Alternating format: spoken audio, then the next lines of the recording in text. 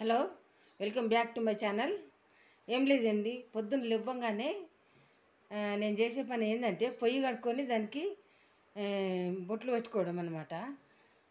లేచినండి, ఇప్పుడే పొయ్యి కట్టుకొచ్చిన.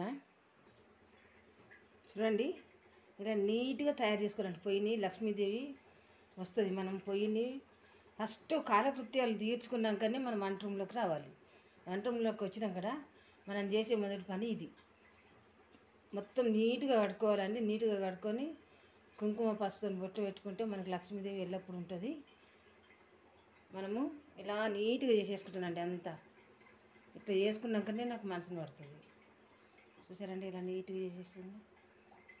ఈ ఆయిల్ మాత్రము ఒక వేస్ట్ మూతలు ఏమైనా ఉంటే ఆ మూతలలో పెట్టాలండి. ఏంటంటే పడితే కింద పడదనమాట. ఇప్పుడు ముందుగా మనం పొయ్యి మీద ఏం పెట్టాలంటే ప్రతిరోజు చూపిస్తాను. ఇలా పొయ్యిలు ముట్టించేసుకొని ముందుగా మనము భగవంతుని తలుచుకుంటూ ముందుగా మనం పాలని పెట్టుకోవాలి. రాత్రి పాలు ఉండేనండి, ఇంకా మాకు పాలు రాలేదు. పొయ్యి మీద పెట్టేస్తున్నా. అలానే ఒక పొయ్యి మీద వేడి నీళ్ళు, కరెంట్ టైం కాబట్టి వేడి నీళ్ళు తాగాలండి. గోరువెచ్చని వాటర్ పెట్టేసిన. ముందుగా వాటర్ తాగకముందే ఇలా తేనె తీసుకుంటామండి మేము. ఎందుకంటే ఇప్పుడు కరోనా టైం కాబట్టి మనము ఈ విధంగా వాడుకుంటే కరోనా అన్నది మన దగ్గరికి రాదు, వచ్చినా కానీ వెళ్ళిపోతుందండి. ఇది డాబర్ హనీనండి, డాబర్ హనీ. దాంట్లోకి నేను ముందుగా దంచి రెడీ చేసుకున్నటువంటి పొడి అండి ఇది.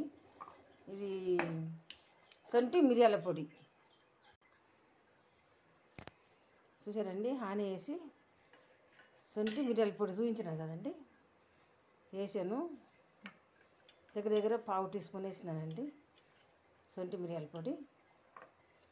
రెడీ చేసుకుని పెట్టుకున్నదండి. ఇది తేనె, ఓన్లీ ఒక స్పూన్ తేనెకి మిరియాల పొడి, సొంటి మిరియాలతో దంచిన పొడి కలుపుకొని మనం తినాలండి.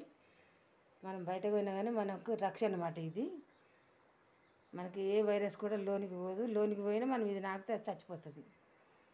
చూడండి, మర్చిపోకుండా సబ్స్క్రైబ్ చేయండి ప్లీజ్.